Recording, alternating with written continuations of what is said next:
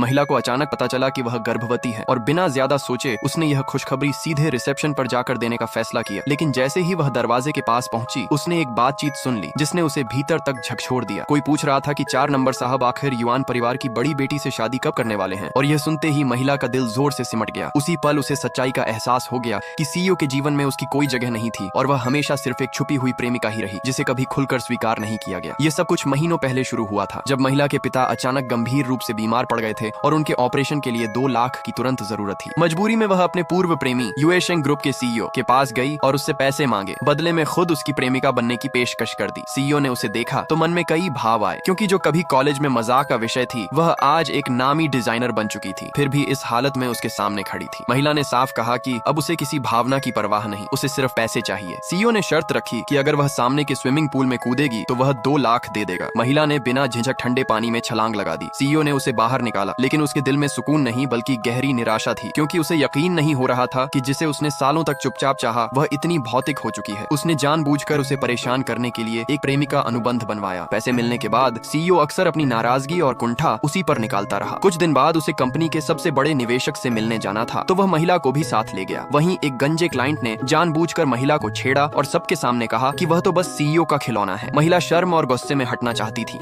लेकिन उसे रोका गया। सीईओ ने गुस्से में शराब की बोतल उठाकर उस आदमी के सिर पर दे मारी, लेकिन बाद में सारा दोष महिला पर डालते हुए कहा कि वह भी अमीर देकर उससे पैसे ऐंठना चाहती थी। महिला चाहे जितना समझाती रही, सीईओ ने उस पर भरोसा नहीं किया। जब प्रेमिका अनुबंध समाप्त होने वाला था, महिला ने खुद जाने की बात कही, लेकिन सीईओ ने कहा कि उसकी दुनिया में आना जाना इतना आसान नहीं। महिला टूटकर पूछने लगी कि वह रोज ठंडेपन और तानों से उसे क्यों सताता है, मगर सीईओ ने कहा कि उसी ने उसके प्यार को ठुकराया था। झगड़ा इतना बढ़ा कि दोनों अलग हो गए और महिला का दिल पूरी तरह टूट गया। अगले दिन उसे अपनी गर्भावस्था का पता चला और वह यह खबर सीईओ को देना चाहती थी, लेकिन वही बातचीत फिर उसके कानों में गूंज गई। उसने सीईओ से सगाई के बारे में पूछा, लेकिन उसे कोई पछतावा नहीं था और उसने तंज कसते हुए कहा कि वह पैसे खोने से डर रही है। महिला ने दर्द छिपाकर उसे बधाई दी और कहा कि अब उसे बराबरी की पत्नी मिल जाएगी। सीईओ गुस्से में नोटों की गड्डियां उसके सामने फेंकने लगा। अपमानित महिला वहां से चली गई और अपनी सहेली को गर्भावस्था के बारे में बताया, ये कहते हुए कि वह बच्चे को जन्म देगी। सहेली चिंतित थी, लेकिन उसका फैसला अटल था। तभी सीईओ की मंगेतर आई और उसका मजाक उड़ाते हुए कहा कि वह कभी सीईओ के दिल तक नहीं पहुंच सकती। यह सुनकर महिला पूरी तरह जाग गई और उसने हमेशा के लिए दूर जाने का फैसला कर लिया।